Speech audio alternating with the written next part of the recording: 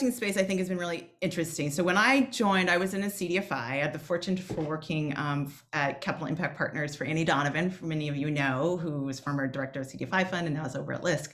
And I remember coming to the organization and Annie saying something like, we're getting a lot of inquiries about PRIs and MRIs. Can you figure that out? Like the foundation want to do it. Can you figure that out, what they're doing? And I was like, sure. So this is perfect. And it was really interesting because you had great leaders like Deborah at MacArthur and Christine at Ford, who had been in these programs at these institutions that had a great track record and history of working on these types of transactions. So I think with them and a couple of others who had some transactions, certainly on the PRI side, and coupled with folks like Krista Velasquez, who was at Annie Casey, who was really pushing the mission investing work, you started to see all this kind of fervor start around, wait a minute, we're not really maximizing everything that a foundation can do, right? And so it morphed into the More for Mission campaign that ended up being the Mission Investors Exchange now, a couple of other names before that. And you started seeing people galvanize around this structure. Initially, it felt very foundation heavy because it was really a lot of the foundations were talking about program related investments, which is an IRS tax code for private foundations to allow them to count these investments, return seeking investments, albeit mostly concessionary, to be attributed to their payout, which for $1 billion foundation like us, we're 8.2 billion right now. That's a great way to get to payout if you're behind a year. And so I think the initial push really was the foundations that had PRIs, and then what was interesting, you had the community foundations started coming in. They're like, well, we actually don't need to do PRIs. We can just do what we want to do. And so I remember a couple of first projects that I worked on at Arabella with a couple of community foundations who were like, no, we want to go all in on the endowment. And so you started having these different factions of folks in the early aughts, and mostly after during the Great Recession, that a lot of folks were like, great, this is a great way for us to respond with capital and get these dollars out.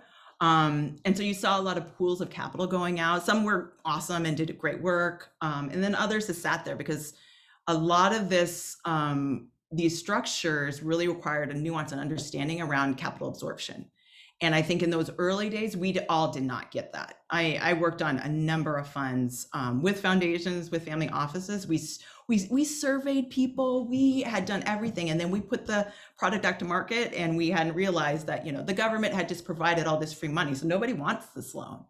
And that for me was a real lesson in understanding systems, right? I can design anything I want by myself, but when I go put it out in the real world, who knows if it's going to work, right? And so for me, that really set in, how do we understand the actual way that the world is working right now?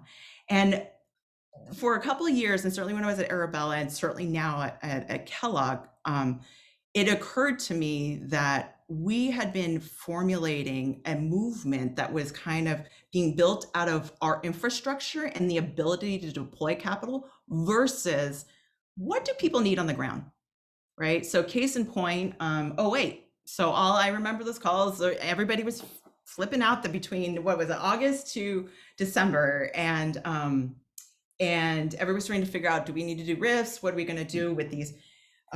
With all these loans. And it was interesting because CDFIs really came out, and a lot of them did really well because they were already really high touch with some of their borrowers. So they were able to navigate some of those issues. And then arguably some of them were just not doing risky deals. So some of them were doing big enough stuff that they had resources to float.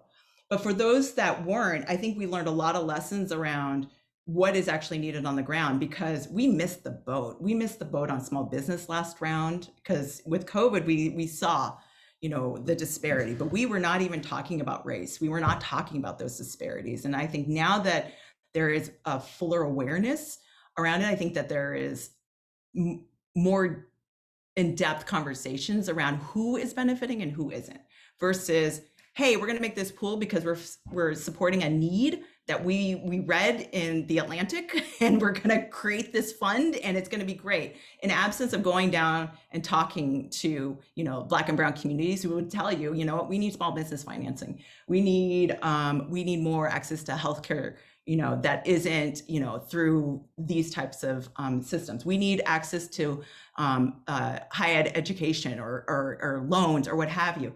And meanwhile, what we were all doing were, we were doing credit enhancements. We were doing, all these other kind of very impactful deals, but not really the ones that are going to move the needle for the communities that we most care about. And in our case, and when we talk about marginalized communities, we're talking about communities that have been systematically oppressed.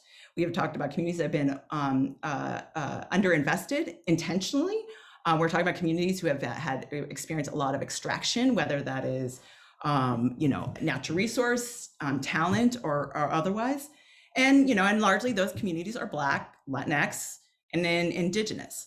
And so when we know that the most vulnerable are not benefiting, that's not good enough for us to be operating up here, right? That means that we need to be looking at this system down here to really reconcile and reinforce what's happening up here. Because I think last year, we really saw that. We saw the breakdown when people were not able to pay their employees, when nannies weren't able to come to take care of kids, and teachers weren't able to go to school, right? This impacted every aspect of people's lives. And I think, quite frankly, it's what we needed to realize that the impact investing field was not hitting the mark in a lot of ways.